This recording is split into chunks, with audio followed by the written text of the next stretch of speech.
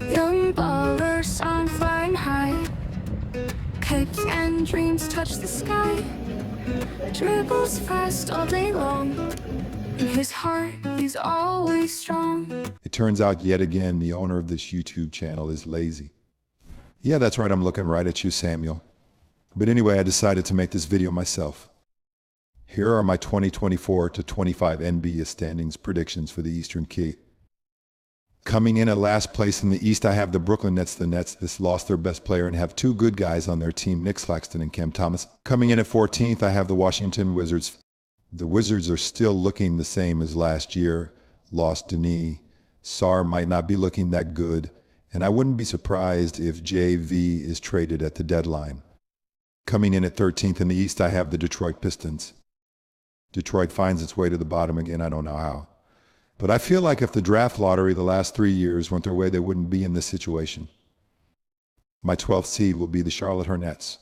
Brandon Miller is going to be better than he was last year, and I think Lamelo will be healthy, but the team isn't. The final team that will miss the play-in will be the Chicago Bulls. It's safe to say the Bulls are in a world building situation after losing DeRozan and Caruso. But I think Levine will be healthy, White will get better, and Giddey will get a fresh start in Chicago. Now, my first team in the East who will make the play-in tournament is going to be the Atlanta Hawks with the Hawks and DeJounte Murray. It's safe to say they want to rebuild. However, I don't know how they would rebuild if they still have Trae Young on the team, so because he is still there, I don't think they will be worse. But I think Zachary Resautra will be good in the future. The final team that will end up missing the playoffs will be the Toronto Raptors. The Raptors will be better than last year with Scotty Barnes improving, Emmanuel quickly getting better with a different role in Toronto than he had with New York. Jay seems to have found his new home here in Toronto, as well as Grady getting better. I just think the teams ahead of Toronto are better, but if someone like Miami can't stay healthy next year, I could see Toronto making the playoffs. We will now get into the top 8 teams that will end up making the playoffs this year out east.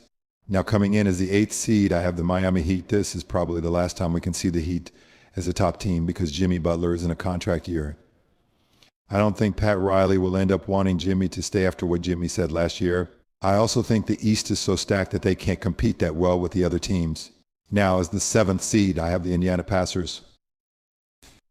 Now the Pacers are still a good team that kept the team together from last year, and we'll have Siakam for a full season. Now I just think the other 6 teams above are better well-rounded. We now make it into the top 6. Coming in at 6th place in the Eastern Conference, I have the Cleveland Cavaliers. Cleveland has good players on the roster, but they didn't do much this offseason other than extending Donovan Mitchell, while the other top 5 teams did make great moves. Cleveland made a lot of good moves this offseason, don't get me wrong, but I also am not a big guy on the fit between Mitchell and Garland. Now the top 5. Coming in as the 5th seed, I have no other than the Orlando Magic. Orlando had a great season after people didn't think they'd make the playoffs last year. Safe to say Banchero is the future, and I love the move bringing in Kentavious Caldwell-Pope. He is a great 3-and-D player who will help this Magic on defense, especially in the backcourt alongside Jalen Suggs. I think give it a few more years, Orlando will be a contender in the Eastern Conference. Coming in at number 4, I have the Milwaukee Bucks. As long as Giannis is still on the team, they'll be good, but I think his time with the Bucks could be coming to an end considering Lopez Middleton and Dame are getting older while having Doc Rivers as the coach. Now the top 3. Coming in at number 3, we have the Philadelphia 76ers. Bringing in Paul George gets them to the next level while still having Embiid and Maxey next. We got the New York Knicks as the 2nd seed out east. The Knicks probably would have made the finals if they were healthy last year, but now that they added in Bridges, extended Og, and Randall's back and healthy, I think they finished 2nd again this year. Finally, without a doubt, the number 1 seed in the East will be the Boston Celtics. Boston just won the finals and is keeping that same team together this year. Anyway, make sure you subscribe for more videos like these, and I will see you next time.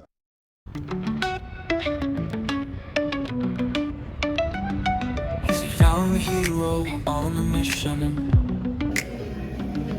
with skills that defy all tradition. Caught in the middle of a dangerous game.